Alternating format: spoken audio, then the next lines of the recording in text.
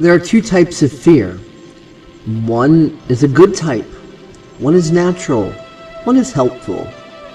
It's that 15 seconds of your instincts telling you to move out of the way of the speeding car, thereby saving your life and you don't end up as roadkill.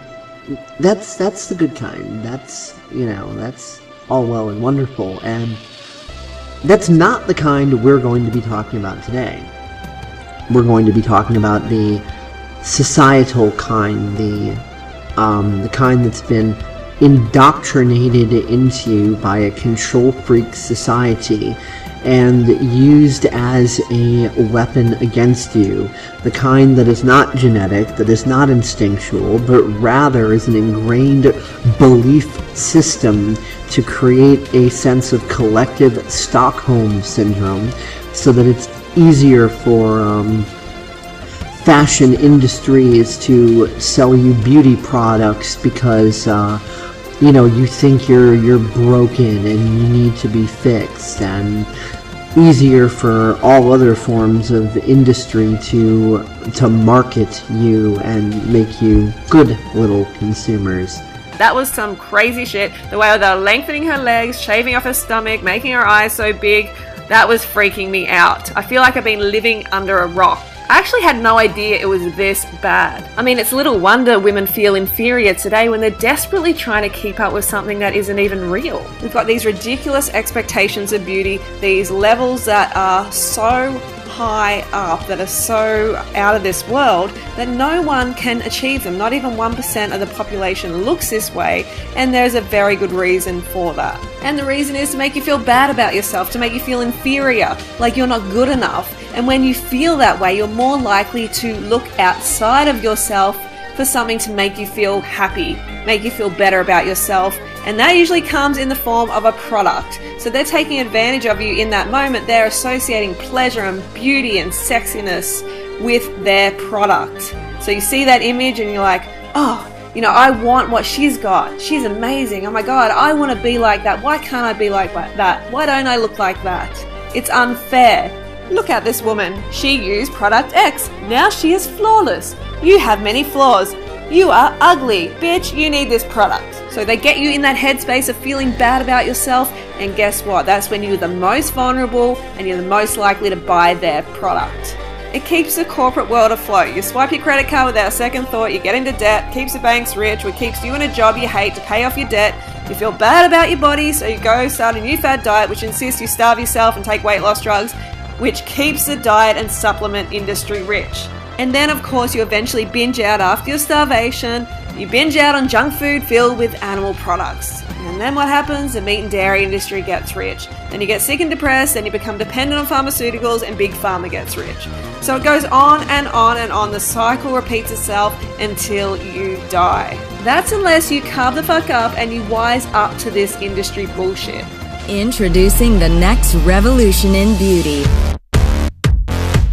Get ready to experience a whole new you. It's you, perfected. Say goodbye to fine lines and wrinkles and hello to full lips, sparkling eyes, and lashes that never end. And that's just the beginning. Transform your look the way celebrities do with this beauty industry secret that's now available for the first time ever. Introducing Photoshop by Adobe. Finally look the way you've always dreamed. The difference is clear. Just one application of Photoshop can give you results so dramatic, they're almost unrealistic. Use Healing Brush to target blemishes at their source by simply erasing them. ProPixel Intensifying Botanical Hydrojargon Microbead Extract infused with nutritive volumizing technology will leave your face virtually unrecognizable. That is the type of fear that I am going to be discussing today, with, of course, some illustration. If any of you know me personally, you probably know that sometimes I can be a little bit too hard on myself, and that's not necessarily like the most easy thing for me to admit, but it really is probably one of the most true things. I have like unreasonable expectations of myself sometimes, And just because I've learned a lot of things, I expect myself to retain all that knowledge at all times and not be a human, almost like a robot. I used to wish I was a robot when I was a kid. It's really weird.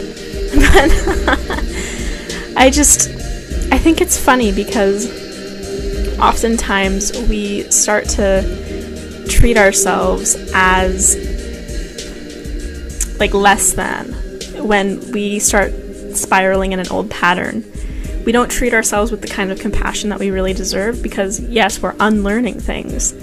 We're learning new ways of being. You know, we're actually rerouting the neural networks of our brain in order to be serving us better, which is, you know, moving in from the fork in the road, you know, moving down a positive path rather than a negative direction, right? And sometimes, just because we've read a lot of books or watched a lot of YouTube videos or, you know, talked to a lot of spiritual people and done a lot of metaphysical training and blah, blah, blah, blah, and of course I'm talking about me here, I think the funniest thing is that when we're in the midst of it and we don't have access to that, like, frequency of knowledge, right? Let me start talking in the I word sense. I don't tend to give myself that leniency of being forgiving to myself. The Buddha said, "Whoever has done harmful actions but later covers them up with good is like the moon which, freed from the clouds, lights up the world." To begin with, guilt is an emotion, a momentary emotion. It's the indicator that you have done something which you do not want to repeat. The emotion of guilt, in a momentary sense, is meant to tell you that you do not wish to repeat something, and that something you did or said is out of line with your higher self. We call this indicator of your internal knowing conscience. Conscience can bring your attention to ways in which you are out of line with your integrity, fighting against your higher self. It can make you aware that you are doing something that is hurtful to yourself or others, or something that is not honoring yourself or the universe at large. I don't tend to give myself that leniency of being forgiving to myself. I tell everybody else to be forgiving of yourselves and, you know, have compassion and love and gentleness towards yourself, right? But I was really observing myself today, and I noticed that that is sometimes absent from me most of the time. And I was kind of taken aback by that when I actually started paying attention to that. Conscience, which is a function of the higher self, is absent of regret. It sees every single thing which happens as an integral part of expansion. And yes, even things like the Holocaust. Let's pretend you're in a building. Guilt is like the tear gas which has been released, filling up the building. Regret is how you know that anger and self-blame has entered the building and is preventing you from leaving the building. It's keeping you imprisoned in that tear gas. It's keeping you inside the suffering of that original thing, the tear gas, which was meant to make you go away in the opposite direction of the tear gas. Regret introduces guilt for the things that have happened in the past, which you've already acknowledged are not things that you want to repeat, which is the very purpose of conscience. Once you have acknowledged this, the emotion of guilt serves absolutely no purpose whatsoever. Its only purpose is to help you discern what you would prefer, to discern that what you have done is not in line with what you want to do. Once that step occurs, there is no value in it universally whatsoever. And I was like, wow, I'm a hypocrite. I am sorry, but this is really challenging stuff sometimes. And I was just faced with myself and how I probably come off as arrogant sometimes because, you know, here I'm saying one thing and living another, and That's not the way it should be. So in all authenticity, I know what it's like. I know it's hard. You have that self-talk going on, and you have all the doubts and all the fears and everything creeping up. And I know that sometimes you don't have access to those resources. You know, it's a freaking hard process to get through, especially when you've been so steeped in a misery paradigm, when you've been so steeped in ways of being that are self-defeating. It does not keep you moving in the direction of positive change. It keeps you trapped in guilt. We have an issue in English language. Quite often we have a minimal amount of words to convey what we're describing. That's why when we usually use the word guilt, we're not actually referring to the momentary emotion of guilt. So when I am going to talk about guilt throughout this video, I'm not referring to the momentary emotion, which is a function of conscience. I'm not referring to guilt as it stands as this moment. This emotion is indicating that something that I've done or said is out of line with my higher self. When I refer to guilt throughout this video, I'm referring to the self-regulation system of blame and of self-punishment or self-abuse that keeps you locked in this emotion that we call guilt. So it's the regulation of self-blame and self-punishment that I'm going to be calling guilt throughout this video. Step 1 to letting go of guilt is realization. Understand what guilt is. Understand how it begins. Understand what it does. You have to have the realization that it is causing harm and not good before you are able to release guilt. You have to realize that guilt is not serving your highest good. It is self-abuse. Realize that guilt and shame are negative emotions that are fueled by negative thoughts, and they do not help you go in the direction of where you want to go. Step 2. Decide you are ready, wanting, and willing to let go of guilt. As much as guilt may be the one shred of evidence causing you to feel your own goodness,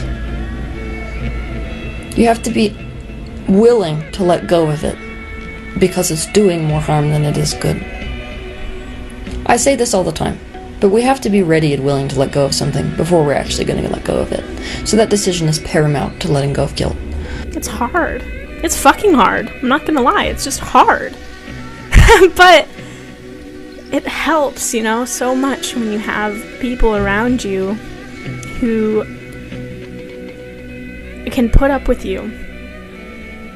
To put it frankly, you know, you can read all the self-help books and all the self-development books you want, but ultimately it's relationships that are going to help change you, because it's the relationships that you can fall back on even when you're at your worst. You know, Marilyn Monroe, she said, if you can't love a girl at her worst, you don't deserve her at her best. And I think that that's true with all friendships and everything, you know, because we're all humans and we're all just doing the best we can with the tools that we've been given by society, the things that we've learned from our families, our parents. And anybody who's on a betterment path, you know, anybody who's on a spiritual path, we're all trying to, you know, be more self-aware. Step 3 is, replace the belief that you deserve punishment and you deserve to suffer and that you don't deserve happiness and you don't deserve love with the belief that you deserve to be loved and to be happy. To do this, you can look back at the video which I've made about how to change a belief. Start working on those beliefs. The subject of deserving is really a video in and of itself, and so be on the lookout for that, because I'm going to do a video on deserving in the future. Step 4. Take responsibility only for what is your responsibility in a situation. Taking responsibility is not shame, it is understanding. It is not owning up to the blame for what happened.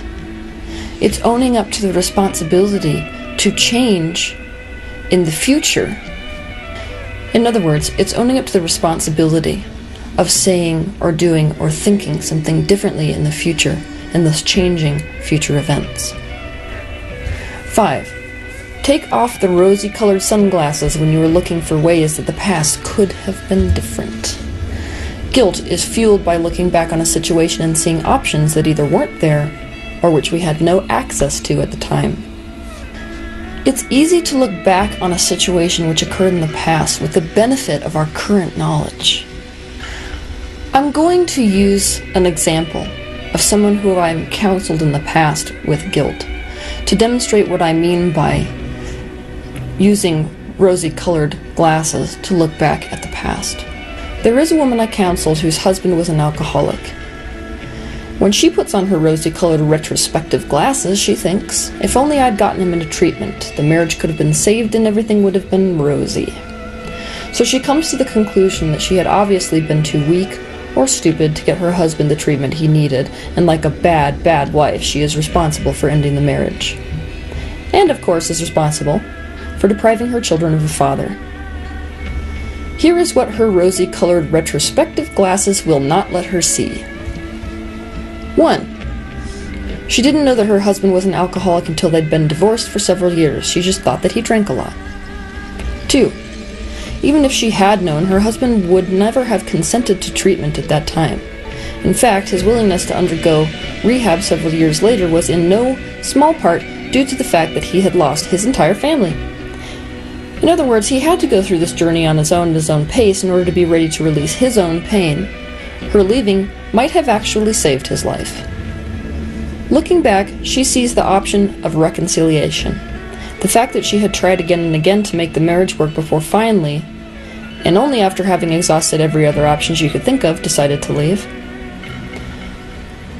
That has gotten blocked out by the rosy-colored hindsight glasses.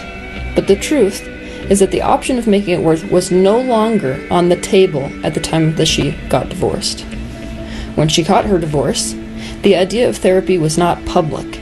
It was something you did only if you were insane or at least completely unable to function in normal society.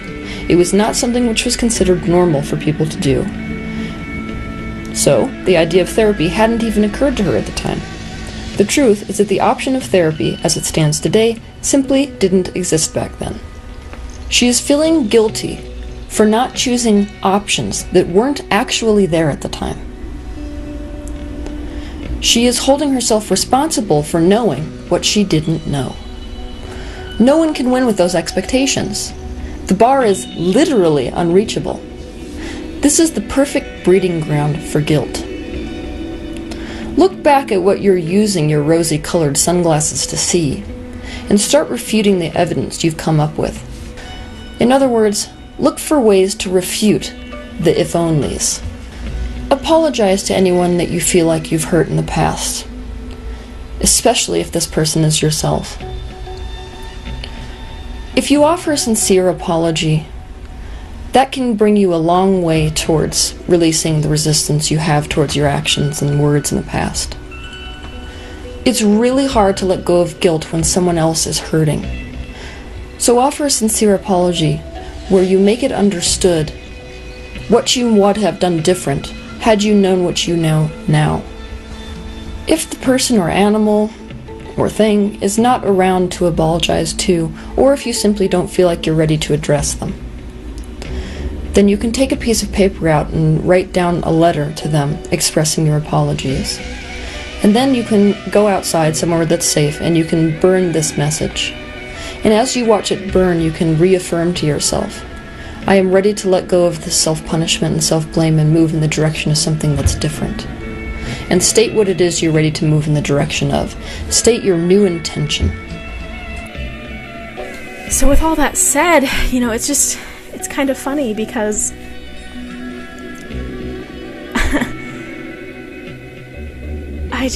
I'm aware of how human I am. And it's not always the easiest thing to come to terms with, because oftentimes we want to escape our humanness and run away from it. And, try to transcend it, or try to get away from it, or try to ignore it.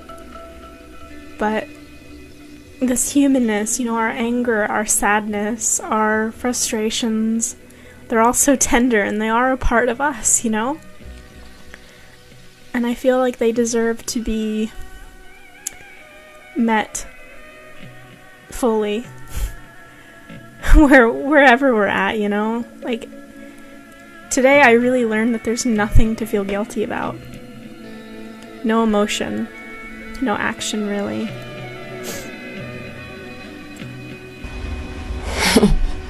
Now that I've lost track of the bullet points that we're on, we're back to number 7. So hopefully you can fill in the blanks as to what the previous steps were. I'm sorry I didn't mention the numbers. But step 7 is, make a new plan for how you will do things in your life now and in the future. If you don't have a new plan for how you will behave differently the next time, it's really hard to change your behavior. You might keep making the same mistake over and over again. This is making a subconscious process conscious. Guilt exists to tell you what you would prefer to do or say. And so to make this conscious, you want to really look for what it is that the guilt is telling you that you should do or say. The point of letting go of guilt is not to accumulate more guilt. It's to allow yourself to start fresh with a new perspective. 8. Recognize the value in mistakes. Unless you knew what you don't want, you would not know what you want. Unless you knew what didn't work, you would not know what does work. And so mistakes are incredibly valuable to this universe. The universe would not have a world free of mistakes, because mistakes are integral to the expansion not only of you, but of this universe. When mistakes turn into suffering is when we make mistakes part of blame and self-punishment. We introduce shame and self-punishment into the equation of a mistake instead of understanding and taking it as a lesson. Whatever we do to somebody else is just a reflection of how we're treating ourselves.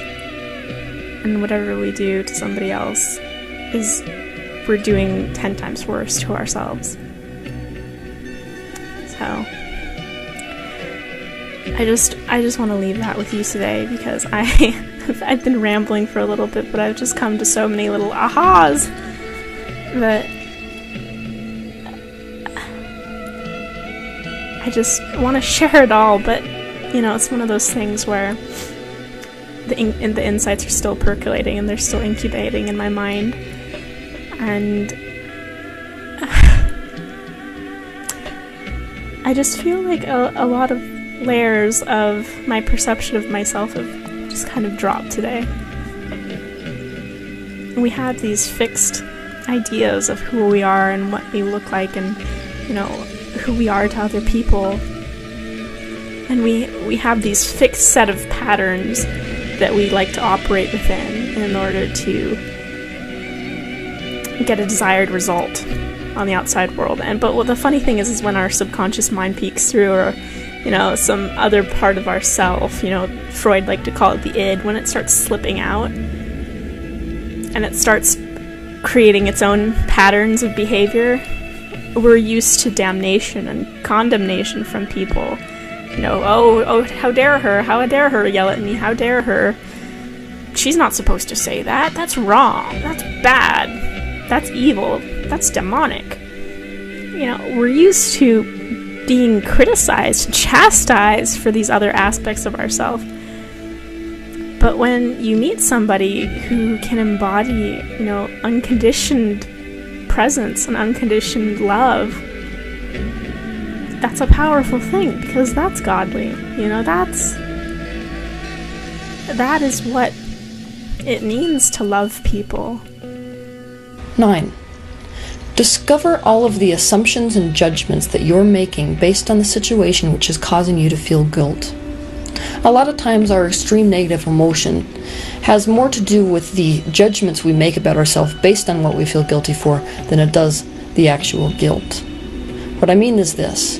You could be a person who has stolen something. Now, stealing something, you could feel that momentary pang emotion of guilt, which is causing you to know that stealing things is out of line with your higher self.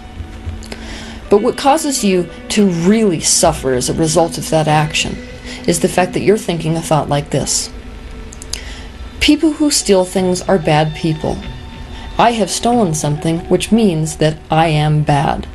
So the belief that I am bad is really what's causing you that extreme negative emotion. So try to figure out what assumptions and what judgments you're making based on the guilt which you are experiencing given what you have said or done, and take time to shift those beliefs. Those judgments and assumptions about yourself really keep you completely prisoner to the circumstance. They don't allow you to change. We may have done bad things, we may regret them now, and we may vow never to repeat them. But doing those bad things does not mean that we inherently are bad. A person's actions are different than who they really are. Is to be able to accept them where they're at. And I'm really lucky that I have a really great set of friends that can do that for me, even when I'm feeling, like a hot mess, honestly. This road is a rewarding one, but it's not always the easiest. And so I really commend any of you who can undertake this courageously and compassionately, and any of you who can really do this authentically. Be real with yourselves and others. So, props to you.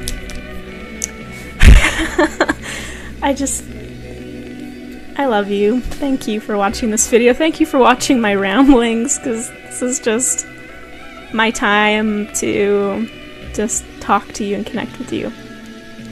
And I really appreciate you spending the time with me. Those of you who've been watching me for a little while. 10. Guilt is the opposite of self-love. So what should we do if we're trying to dissolve the vibration of guilt? Come up with ways to reinforce the vibration of self-love. Guilt makes us a match to doing more things and meeting more people who reinforce guilt with us. So, what do you do when this self-abusive ego is running the show with guilt? Show yourself love and care and discover how to be your own friend. Look inward and see that you are in need of loving kindness yourself. Counter that self-hate with self-love, whatever that might look like to you. That might look like taking a bath, writing affirmations, doing some mirror work, watching a movie that makes you feel good about yourself, or doing a self-love visualization. If we have problems showing our self-love, it's because we don't think we deserve it. Humans have a problem thinking they deserve anything, because we've been taught that to deserve is to be entitled. So it's understandable if you're trying to show yourself love and you have felt guilty for doing something, that it sort of feels like you're rewarding instead of punishing the bad deed that you have done. But this is not the way that the universe works vibrationally. If you're able to work yourself into a vibration of self-love, you can't do anything. You can't even be inspired towards anything that would cause you to feel guilt or cause you to cause harm on anybody else. So getting yourself into the vibration of self-love is paramount in terms of not making any mistakes that you might feel guilty for later. Step 11. Ironic number, don't you think?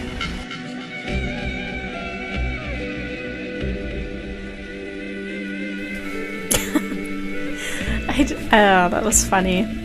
I sit down, right, to make this video after a very inspired day. Not necessarily like a happy-dappy, like fun-and-go-lucky kind of inspired day, but just a day where I've had a lot of realizations, right?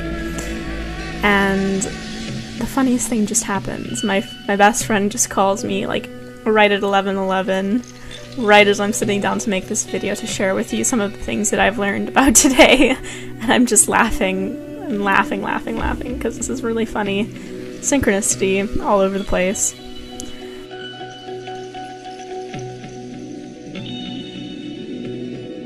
Step 11, which is the last step, is to forgive yourself.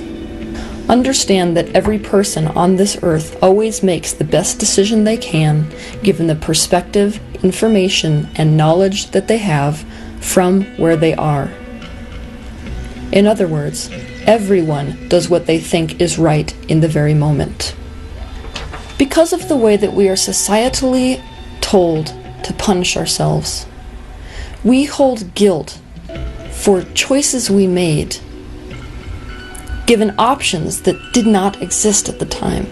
You cannot judge your past self based on today's expanded perspective. You also can't love yourself and not forgive yourself at the same time. You can't have a happy life and not forgive yourself.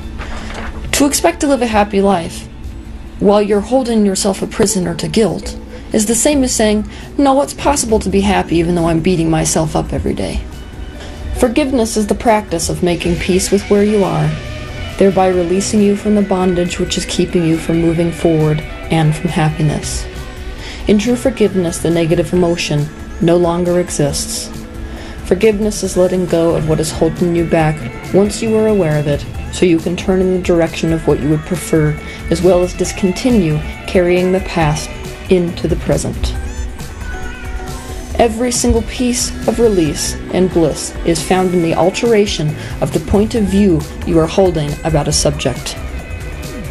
I'm here to tell you today that if you are able to alter your point of view that you are beating yourself up with, there will no longer be something which is beating you up. When you're able to shift your perspective relative to what you're beating yourself up with, there will not be the emotion of guilt present within your reality anymore. So ultimately, the moral of this story is, to release and let go of guilt, you have to shift your perspective relative to past events. Have a good week. Of course, as you can see, the lower your self-esteem is, the more impact this unnatural, false, societally indoctrinated version of fear has upon you. And, of course, that goes back again to what Hitler was saying about fear in the totalitarian state. And one of the mechanisms that they use against you, of course, besides the educational system, besides, lots of other things that can be named, is mainstream television programming.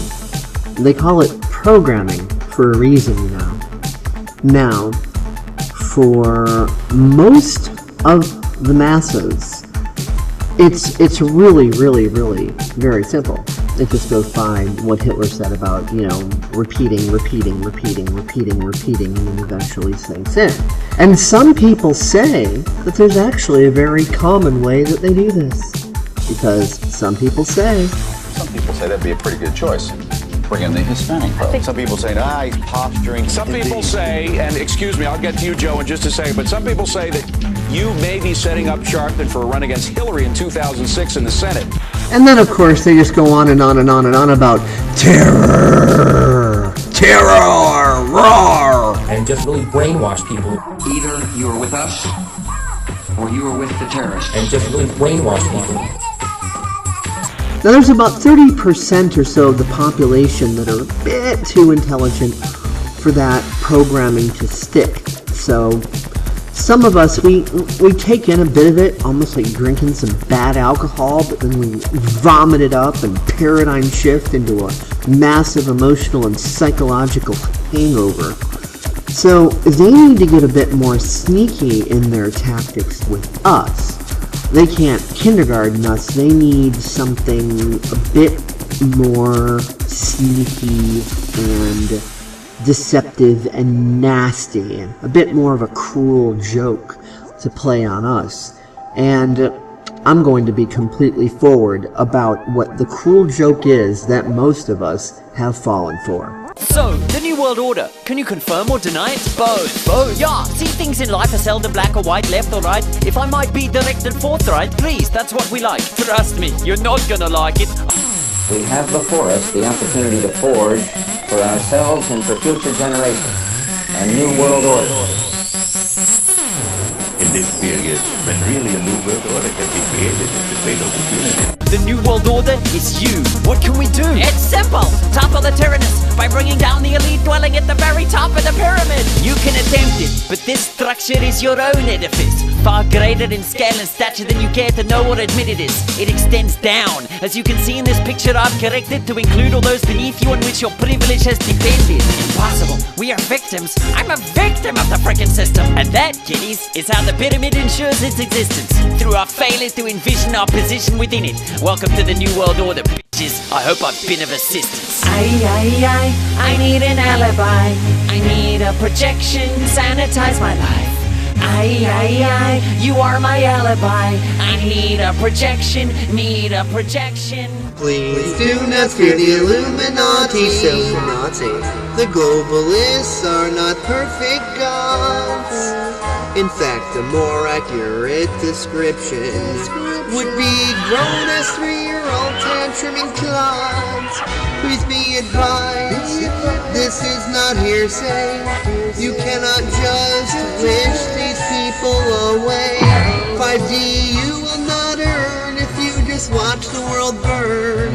Dealing with the new age paradigm. Be the change you want to create. Yes, we can. Don't just lay there and masturbate. Wishing won't let you pass, so get up off your ass. Dealing with the new age paradigm. From the time we're very young, we're taught to, worship authority basically because that's our key to survival as young children. But as adults, we never go through the rites of passage that tell us how to methodically think for ourselves, and thus we're always in a state of extended adolescence. Well, we take all this stuff, whether it's the television or it's the enculturation, the schoolyards, the teachers, we take this whole system, we put it into our unconscious mind. And it is the G-I-G-O that comes out, garbage in, garbage out. We simply, in that computer language, have harnessed our own power by accepting all these beliefs as though they are factual. Whether it's the flat earth of Columbus, or it's the idea that I'm not good enough to be or to do something I've dreamed to do. To the degree that the individual loses a sense of what freedom really means for himself, mind control is working. This is the constant battle and struggle. What does my freedom mean to me? What is it? How deep does it go? How far-reaching is it? Individuals come already with their rights. They're born with their rights. They're inherent. They're hardwired. They're hardware. It's tragic. They've lost their sense of the importance of the individual. Each individual. We're not animals. We're individuals. We're created in the image of God. And so what you have is everybody's born into this control structure. Everybody's born into authority. Everyone's born into this situation. But just because you have an authority making decisions for you at some point when you're very young, too young to take care of yourself, doesn't mean you should always cater to authority your whole life.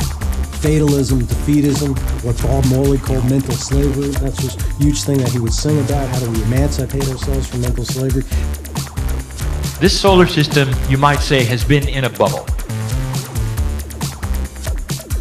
The bubble is of energy. It is an astronomical measurement. It is known by science. It is seen. Has its name. As the bubble dissipates and you move into a new area of space, this ribbon of energy that you are now intersecting is different. In fact, it represents high energy. Some would even call it radiation. Your solar system moves into it, firmly into it, and it's the first time that it has ever occurred with humans on the earth. It takes millions of years for your solar system to make one revolution around the center. You were not here the last time this took place. And here comes the radiation, right on schedule. This is not new information, but now we put it together. The first thing that this radiation intercepts is the largest thing in your solar system, and that's your sun. The sun is a nuclear engine. It has the most energy. And this particular radiation interfaces with your sun, and immediately the sun changes its energy. The sun then blasts this new information within the radiation through the solar wind, or what you call the heliosphere, right to the earth. Intercepted it is by your magnetic grid. One grid overlaps another. The informational transformation is complete through something called inductance, and now it's in your grid. Review. Whatever the ribbon was carrying in energy is now in your grid. Now, what did we just tell you about the magnetic grid? it communicates to your DNA. Let me tell you what the message is that is being communicated. Unlock to 44%. That is the message. That the race has passed the marker and is ready for the next step. What does it create? The first thing that unlocking this starts to create very slowly is what we're going to call Akashic acuity. What I'm about to tell you is what is changing in energy. So we have established that you're moving into this new radiation. We've established that it intersects the sun intersects your magnetic field, the magnetic field talks to your DNA, and suddenly some of the DNA is being unlocked. You look into the eyes of a child, a current one these days, and you're going to see wisdom just waiting to break out. Dear ones, these children are different. They're not going to go through what you did. They have a whole other set of issues, and most of their issues are trying to navigate old energy you create for them. There's something we brought up called the wisdom factor. Now, the wisdom factor is caused by Akashic acuity. Imagine a child coming into the planet knowing not to touch something hot. Where did it come from? You're going to see more of it. Akashic acuity. As the child grows, that becomes pure wisdom. As the child starts to awaken and the pineal opens, something else happens. The grid starts talking to the child through the DNA. Akashic acuity. Suddenly, you know more than you should. It's going to take a long time. It's happening now. You're going to see this begin to happen. 2015, 2016, 2017, you're going to see it so many places a little.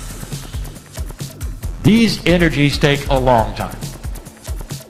They're all going to happen fast and instant. Some of you will be convinced the world is simply still going to a dark place, and you're all going with it. Because you don't see the changes for what they are. You don't understand. We've said it before. When you shine a lot of light in a dark place, the things that were in the dark object. And that's what you're seeing, and you'll see more of it. They were always there. They just didn't have a light on them. Akashic acuity creates wisdom. That wisdom translates into something else, and we're going to try to tell you what it is and how it works. Because you're missing some things, and you don't even know. How do I present this case? When organisms became more complex, they worked better. More cells together coalesced, communicated, I worked better. Systems became more elaborate and more mature. You end up with the human being who finally has what we would call sentience, that is to say, you're aware that you are here. Awareness of self is one of the first attributes of spiritual intelligence. And here you sit with it. Today you are much higher than those animals just below you. You look into their eyes and you can see emotion and love and you can see intelligence, but they don't know who they are. Not really. Not like you do. Your brain is the best one on the planet. And that happened because it got more complex and systems worked together, and they did work together. And here you are. Now, why do I tell you this? Because this is not reflected at all socially. Did you ever notice that the larger an organization is, the more dysfunctional it becomes? Now, may I make the point to you that this is exactly the opposite from what has happened over time with cellular structure. There's something missing. Your cells coordinate with each other. One knows what the other is doing. There's a chemical balance, and they all try to balance together. That's the beauty of a system that has coalescence. Coalescence is that which puts together everything so all have the same information and work to the same goal. How can you have trillions and trillions of cells in the human body all working together living for a long time, cooperating, doing its best to stay alive, and yet you put several hundred people together and they're dysfunctional. And you know I'm right. The larger it is, the worse it works. And then you get into government. I don't have to tell you. It would appear in some cases that the organization is actually stupid because there's too many of them trying to do the same thing. What is wrong with this picture? Let me tell you, because this is going to change. A new word. I'm going to call it coalescing consciousness. Human beings are going to start having the same kind of attributes your cells enjoy. They'll be connected. They will start to know what the other one is thinking, not personally, not privately, but computationally, intellectually, and cooperate. You'll find something very soon that you never thought could happen. Large organizations starting to function well. We have spoken about a day when there would be managerless corporations. This is all part of it, dear one. Can you imagine a situation where no one is in charge? That can only happen if all of the individuals knew the issues. You see what I'm saying? This, dear ones, is the wisdom factor. Can you imagine how this will affect everything? Let's start at the bottom. Relationships. Business and other ones. Companies, governments, whatever organization you can think of, start to work together as it should have been from the beginning because of this coalescence consciousness. If consciousness is physics, that means there are rules. It can be changed. You know that radiation that's coming your way? You know that magnetic grid that it's going to hit? All of these are going to start unlocking your DNA, and that is what to expect. You spent a lot of time fighting the old energy, not to enjoy what you paid for. Yeah? Wisdom is evolution. It's not getting smarter, it's getting wiser. The metaphor of all of this is the children in the playground, and it remains that. You really understand this. Kids grow up. You were one of them. Can you remember what it was like in the playground? Do you remember the bullies? Do you remember feeling inadequate, or maybe you were a bully? And you acted out whatever it was you did in your juvenile consciousness, and it changed as you grew up. And as you became adults, you didn't do those things anymore because you knew better, because you were wiser. Now think of humanity that never got out of the playground. Till now. Now you are given the tools of the maturity that you've earned. You're not going to have a humanity go into this wisdom as long as they are a warring barbarian humanity. That's all you've done, by the way. You learned how to kill each other better and better and better through the years. And suddenly, the consciousness is changing to say, this is not what we want. Oh, believe me, there's going to be continuous argument with that. Just like in real life, you realize some of the bullies never grew up. You're seeing some of them on the planet right now. They would love to take this dark energy and just put it right back where it was before and make you afraid. And it's not going to happen that way. But they'll try. And that's what, by the way, is getting the news. And will. Wisdom. Your innate is going to start changing. Innate is the smart body intelligence. That's what you muscle test. The bridge between the corporeal and the innate is missing, and it's going to start being constructed. Let me put this in common terms. You'll eventually be your own medical intuitive. You'll know what's going on in every organ of your body, in every gland. You'll know if there's balance in your blood. Don't you think your brain should let you know that? It knows. It's always trying to balance itself. The only thing it left out is your consciousness. When you start operating at 44, this becomes a reality. This is just the beginning, dear one. Imagine a human being that would know these things, you might look at them and say, they are a super person. How can they have that? Welcome to the future. Peace on earth, and we've said this before, is the beginning. It's a no-brainer, as we would say. It comes with wisdom, does it not? You stop beating yourself up in the playground when you got to be an adult. You didn't see Henry over there and remember he threw a rock as an adult and go beat him up. That's what you did when you were kids, not adults. You had maturity, a little bit of elegance.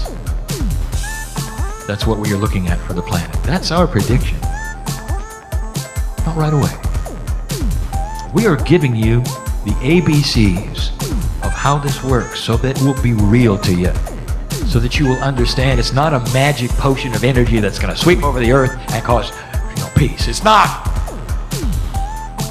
The engine of it comes with your DNA, with your wisdom, with what you decide to do. There will be many who decide to do nothing, and all their lives they'll wonder why nothing works. I've told you over and over, finally, that the human attribute of what you can do about this is what people see in you. Are you always angry? Are you always worried? Part of Akashic wisdom, part of the coalescence, the coherence of consciousness creates a human being who is peaceful. And this is very attractive. Very attractive. Want to go to work? Would you rather work with people who are peaceful and mature? Wouldn't it be great to, every once in a while you'll meet somebody who spins in drama and you say, I haven't seen that in years. There'll come a day when you stop worrying about everything. You stop worrying because you know you're in control. That's working at 44%. Imagine what 90 would look like. You might even have control over physics, like the masters did. That's the energy of the future. That's what's coming. How soon? This is up to you. There are so many things in your favor, even that which happens in your solar system, which creates the energy, which you call astrology, points to all of the things that we give you now. There are helps for you. Energy that enhance you, to push you forward with free choice. It's exactly what we told you could happen. And here you are. If we had to take a look at the phases of humanity, and as historians in 500 years will start to look at it, you'll have the barbarian age, which lasted thousands of years up to now. Precession of the equinoxes marked the beginning of a human consciousness that went into maturity. Then there was an age of getting used to it. The potential is there for you to get through this quickly. Dear ones, you have paid a price for this. All of the years, the lifetimes of working this puzzle, and now having the freedom to see the end of that. It takes adjustment. And in the adjustment, a recalibration, finding the new frequencies, getting out of fear. Finally, I will say to you something that I have said over and over, and I want you to hear it again and again and again. The darkness will try to win now that the light has been turned on. They have one tool, which is potent, really potent. It can get to the highest of the high. It can get to the light worker, the healer, the channeler, everybody, if you let it. It's a 4-letter word called fear. If you're afraid, they won. I want you to think about that. They know this. Let your light shine through this so fast, so amazing, that is no longer a 4-letter word. It doesn't even exist. March through these times and remember them, for you've earned them. Over the course of our lives, as we seek to explain the state to the world, we pass through states of enlightenment that expose the unknown. But the deeper we go, the more our quest seems to lead closer to home. Yes, injustice is real and undeniably abundant. Conspiracies, false flags, oppression, bribery, corruption. But can we fight injustice with any depth of purpose if we ignore our own roles in causing it in the first place? For the target of our struggle is never merely the tyrant on high, but also that piece of the oppressor planted deep inside every one of us. And that's where the revolution first must arise. Till next time, Robert Foster, The Internet. Good night.